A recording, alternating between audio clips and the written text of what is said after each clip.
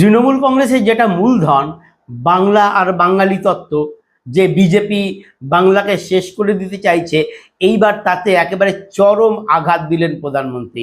পাল্টা এবার তৃণমূলকেই বাংলা বিরোধী বললেন প্রধানমন্ত্রী। বললেন এই তৃণমূল কংগ্রেস বাংলাকে শেষ করে দিতে চাইছে, বাংলার সংস্কৃতিকে শেষ করে দিতে চাইছে, এবং আগামী দিনে এই বাংলায় হিন্দুদের থাকাই মুশকিল হয়ে যাবে। তাই বাংলাকে যদি বাঁচাতে হয় তাহলে তৃণমূল কংগ্রেসকে এবার তাড়াতে হবে। নমস্কার, আমি প্রদীপ দাস, আর আপনারা দেখছেন দেশপ্রেমিকদের চ্যানেল আমাদের ভারত। যারা প্রথম দেখছেন, এখনও সাবস্ক্রাইব করেননি, তাদের অনুরোধ চ্যানেলটি সাবস্ক্রাইব করবেন এবং লাইক করবেন। লাইক করলে আরও আমি বেশি লোকের কাছে পৌঁছে যেতে পারবো। আপনাদের এই ভিডিও, আমার এই বক্তব্য আরও অনেক মানুষের কাছে পৌঁছে যাবে। তাই একটা লাইক করার জন্য আপনাকে অনেক ধন্যবাদ। তৃণমূল কংগ্রেস সবসময় তার আক্রমণের লক্ষ্য হচ্ছে বিজেপি হচ্ছে বাংলা বিরোধী, বাঙালি বিরোধী। বাংলায় কথা বললে তার উপর অত্যাচার করে এবং বাংলার সংস্কৃতি কে বিজেপি পছন্দ করে না। সেই জায়গায় আজকে মোক্ষম আঘাত দিলেন প্রধানমন্ত্রী। আমরা নিজেরাও দেখেছি যে মমতা বন্দ্যোপাধ্যায় এত বাংলা বাঙালির কথা বলেন, অথচ তিনি আকছাড়ি বাংলা ছেড়ে হিন্দি ভাষায় তিনি বক্তব্য রাখেন। ঈদের নামাজে প্রত্যেকবার কিন্তু তিনি হিন্দিতেই বক্তব্য রাখেন। এবারও তিনি হিন্দিতে রেখেছেন।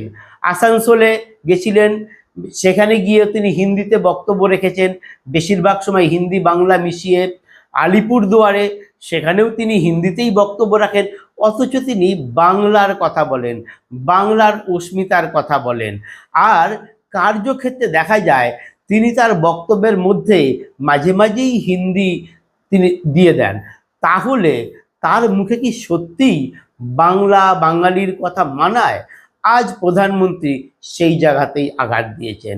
তিনি বলছেন যে তৃণমূল কংগ্রেসই বাংলা বিরোধী, এরা বাংলার কথা বলে, বাঙালির কথা বলে, কিন্তু এদের যে নির্বাচন সংকল্প, সেই নির্বাচনী সংকল্প প্রকাশ করেছে, সেখানে কিন্তু তারা বাংলা শব্দ ব্যবহার করেনি। তারা লিখছে যে নির্বাচনী ইস্তেহার। ইস্তেহার কি বাংলা শব্দ? ইস্তেহার তো বাংলা শব্দ নয়। তাহলে তিনি বাংলা কথা বলছেন, অথচ সেখানে ইস্তেহার বলছেন।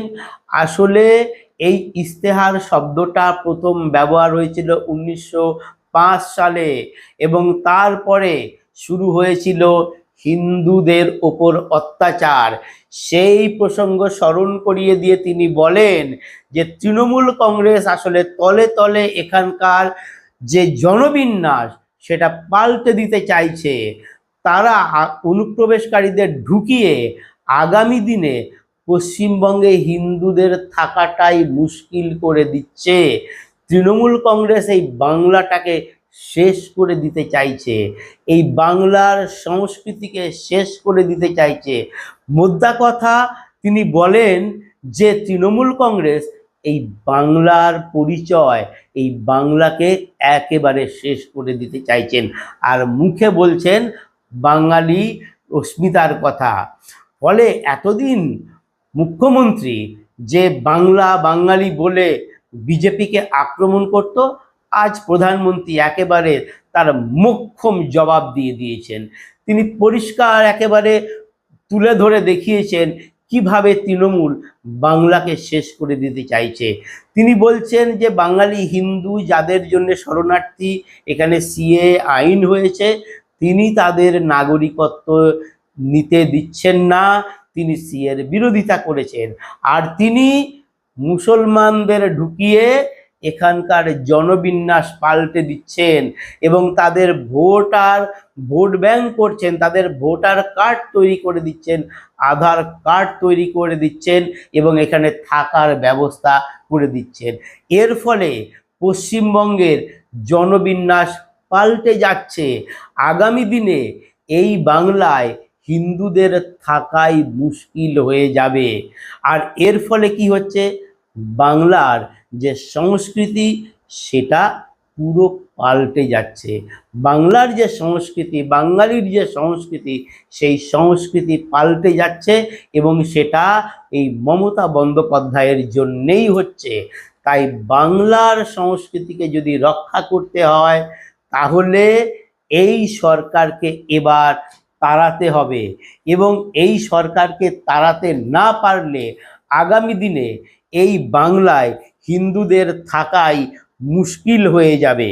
তাই এই ভোটে যারা বাংলার পরিচয়ের বদল করতে চাইছে তাদের এবার শেষ করতে হবে। এটা হচ্ছে বাংলাকে রক্ষার লড়াই। পাশাপাশি তিনি আবারও এদিন বিজেপির ওপর ভরসা রাখার কথা বলেন যে সন্ত্রাস যে বাংলায় রয়েছে সেই সন্ত্রাসের ভয় থেকে বাঁচতে বিজেপি আপনাকে ভরসা দেবে। যে অনুপ্রবেশকারী তারা এসে এখানকার সব কিছু দখল করছে, অনুপ্রবেশের ভয় পাচ্ছেন, সেই ভয় থেকে বিজেপি বাঙালিদের ভরসা দিচ্ছে যে অনুপ্রবেশকারীদের ঢুকতে দেবে না। এবং এই যে মুসলিম অনুপ্রবেশকারীরা ঢুকে রাজ্যের যে জনবিন্যাস পাল্টে দিচ্ছে, হিন্দুদের যে জমি হারানোর ভয় ধরেছে, বলে এই ভয় থেকে মুক্তি পেতে বিজেপি ভরসা দিচ্ছে যে তার জমি তার অধীনে থাকবে। তিনি এদিন বারবার মানুষকে, পশ্চিমবঙ্গবাসীকে এবং উত্তরবঙ্গের মানুষকে ভরসা দেওয়ার কথা বলেন যে বিজেপির ওপর আপনারা ভরসা রাখুন, বিজেপি আপনাদের নিশ্চিত ভরসা দেবে এবং এইখানকার যে কাটমানির যে ভয় রয়েছে, কিছু করতে গেলেই কাটমানি দেওয়ার যে ভয়, সেই ভয়ের থেকে মুক্ত করে বিজেপি এলে আপনাদের ভরসা দেবে।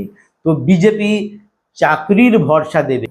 তিনি বলেন ব্রিগেডে যে জনসভা দেখেছিলাম যে বিগুল বেজেছিল, আজ এখানে এসে কোচবিহারের এই জনসভায় তার শিলমোহর পড়ল।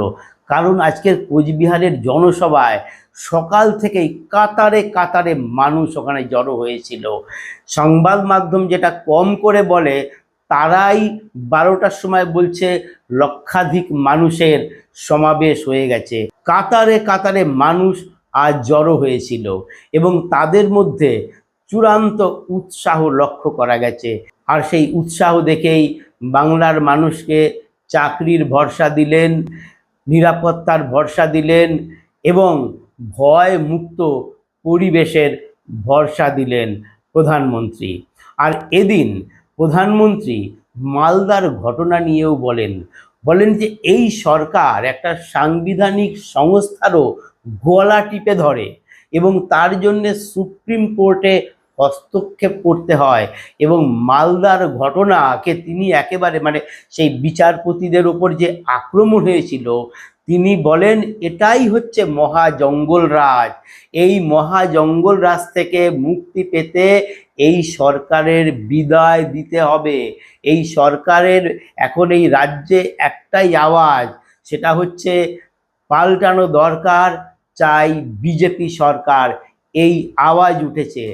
আর এর শুরুটা করে দেন বিজেপির রাজ্য সভাপতি শ্রমিক ভট্টাচার্য।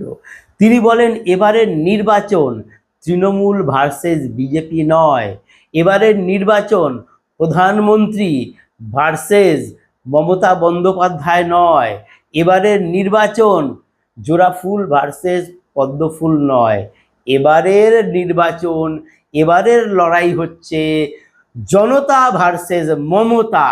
কারণ জনতার সঙ্গে মমতার লড়াই, জনতা এবার ক্ষুব্ধ হয়ে গেছে, এই শাসনে অতিষ্ঠ হয়েছে এই মানুষ।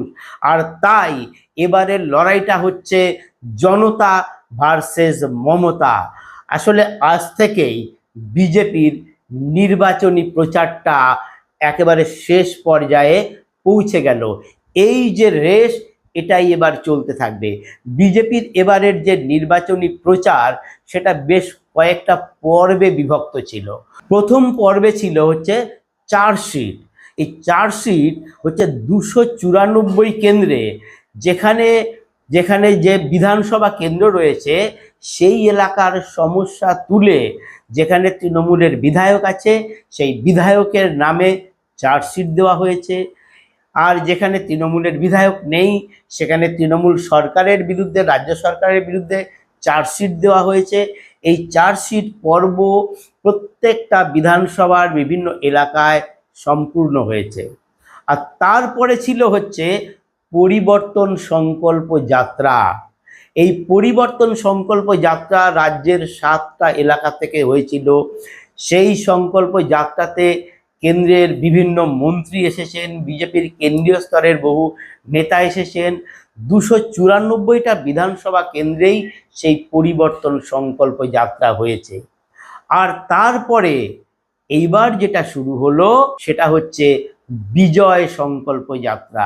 মানে এবার বিজেপি বিজয় হাসিল করবেই, এবার বাংলার ক্ষমতা তারা দখল করবেই। বাঙালি জনতা মানুষ তাদের এবার বাংলার ক্ষমতা তুলে দেবে তাদের হাতে, এ ব্যাপারে বিজেপি একেবারে নিশ্চিত। তাই এবার তাদের স্লোগান হচ্ছে, প্রচারের যে শেষ মাত্রায় এসে পৌঁছেছে, সেখানে হচ্ছে তাদের মূল যে এখন প্রচার পর্ব চলবে সেটা হচ্ছে বিজয় সংকল্প সভা। আর এই যে বিজেপির প্রচার যতটা এগোচ্ছে, আমাদের পিসিমণি কিন্তু ততটাই খেই হারিয়ে ফেলছেন, তিনি ততটাই ঘাবড়ে যাচ্ছেন, তিনি ততই ভয় পাচ্ছেন। এখন তো তিনি এমন ভাষা প্রয়োগ করছেন যে চায়ের দোকানের যে আড্ডা, পাড়ার ঠেকে যে আড্ডা হয়, চ্যাংড়া ছেলেদের যে আড্ডা, সেই ঠেকের গালাগালকেও তিনি হার মানিয়ে দিচ্ছেন। তিনি আজকে মুর্শিদাবাদের শামশেরগঞ্জে কি বলেছেন জানেন? তিনি বলছেন শামশেরগঞ্জে, সেই মনে আছে তো, সেই শামশেরগঞ্জে যেখানে সেই হরগোবিন্দ দাস এবং চন্দন দাস বাবা ছেলেকে খুন করা হয়েছিল, তিনি অমিত শাহকে মোটা ভাই বলে প্রথমে সম্বোধন করেন, তারপরে বলেন মোটা ভাই আসছে, ইডি সিবিআই কে নিয়ে আসছে, বলছে আমাদের হয়ে কাজ করো। হ্যাঁ, তারপরেই তিনি ধৈর্য হারিয়ে ফেলেন। তিনি বলেন শাহ নিজে দুর্নীতির ঠাকুরদা, শাহ নিজে দুর্নীতির ঠাকুরদা, পুরো বলতে পারলাম না, শাহ বললাম, তারপরের অক্ষরটা আপনারা বসিয়ে নেবেন। ওই জামাইবাবু আর ওই যে শ্যালকের যে সম্পর্ক হয়, সেই শ্যালকের শব্দ দিয়ে বলছেন শাহ নিজে দুর্নীতির ঠাকুরদা। ভাবা যায় একজন মুখ্যমন্ত্রীর মুখে এইরকম শব্দ মানায়? আসলে তিনি না এখন আর টাল সামলাতে পারছেন না।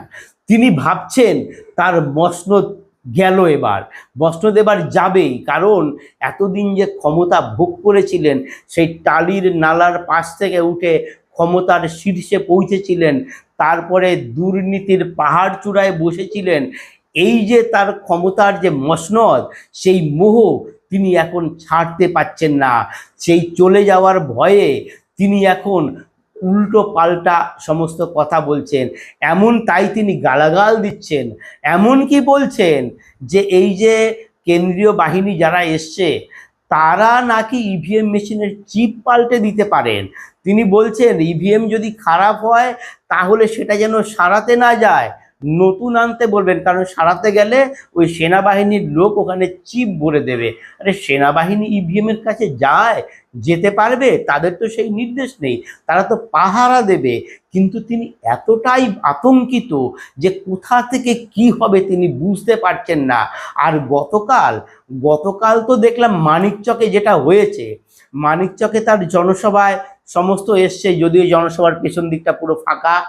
তিনি হঠাৎ বলছেন আপনারা হাত তুলুন তো, যে কাদের কাদের নাম বাদ গেছে। দেখা গেল যে অর্ধেক মানুষই হাত তুলেছেন, কারণ তাদের ভোটার তালিকায় নাম নেই। এর থেকে পরিষ্কার যে তারা যথাযথ শংসাপত্র দিতে পারেননি, নথি দিতে পারেননি। এবং মালদার এই অংশ, গোটা মালদা জেলাটাতেই তো একেবারে বাংলাদেশিতে ভরে রয়েছে, সেখানকার জনবিন্যাস পাল্টে গেছে।